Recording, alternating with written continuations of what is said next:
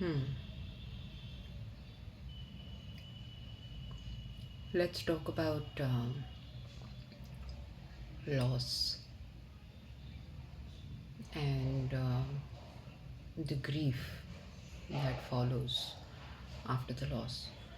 Um, Today, I want to specifically talk about the loss of someone you have loved and the loss because of death. Because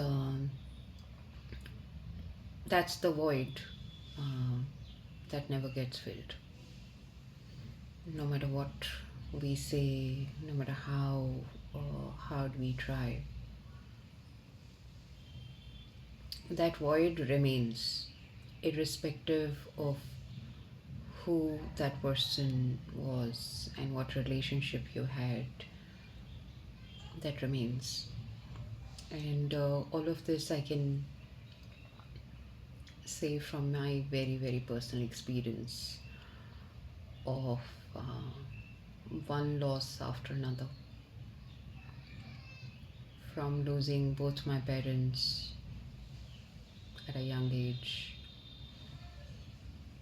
losing my aunts and uncles and my cousin brother who's younger to me, then my best buddy, losing him one after another. I lost back to back four friends.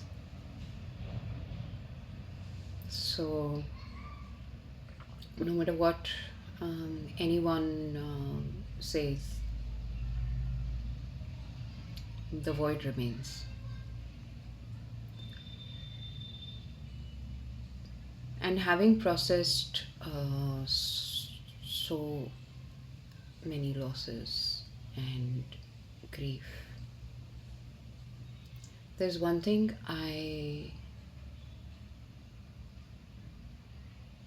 I'm most certain now than ever, is that grief doesn't have to be sad. It's not the loss, it's not the grief that makes us sad. It's the refusal to address the loss that makes us sad. It's the acceptance that makes us sad. For me, grief has its own mind, heart, soul, because it's that one creation, one bond that existed between you and the other person. That was only unique to you two. Like my connection with my dad was very unique to me. My connection with my mom was very unique to me and still is. I mean, was, I meant, while physically being alive. But um, for me, it's that bond that um, sort of now lives in spirit in form of grief that has its own days.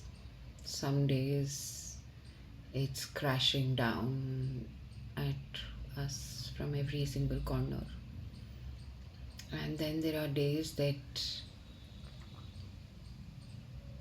you're just celebrating every day, every minute you spent with them, with that person.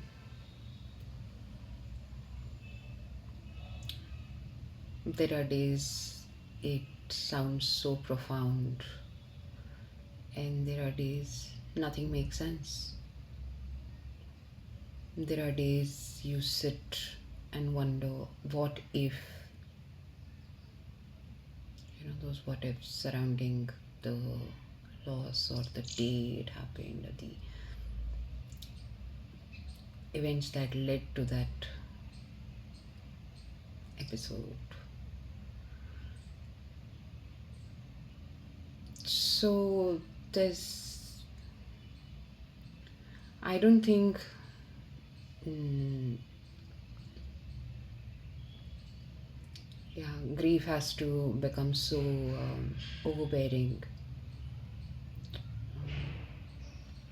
Like, I think I keep saying, and so this is something I have personally practiced, hence I have believed, is the moment we attach purpose to our pain, we take its ability to hurt us. So, on the days when I I miss my dad, or I miss my mom, or I miss any of the people that I have lost, and I cannot just pick up the phone and or like talk to them or even randomly stalk them if I ever feel like, but I know that that's something that I can't do. On those days, I just somewhere remind myself that they were on their own journey as well, as much as I would have wished, loved for them to be around me in this time and moment. But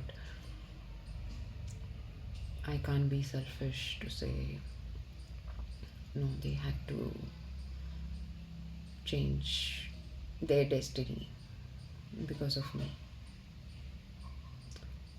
So it hurts slightly less, and that's when I'm able to celebrate each one of them. Mm, the void remains, but now that void is filled with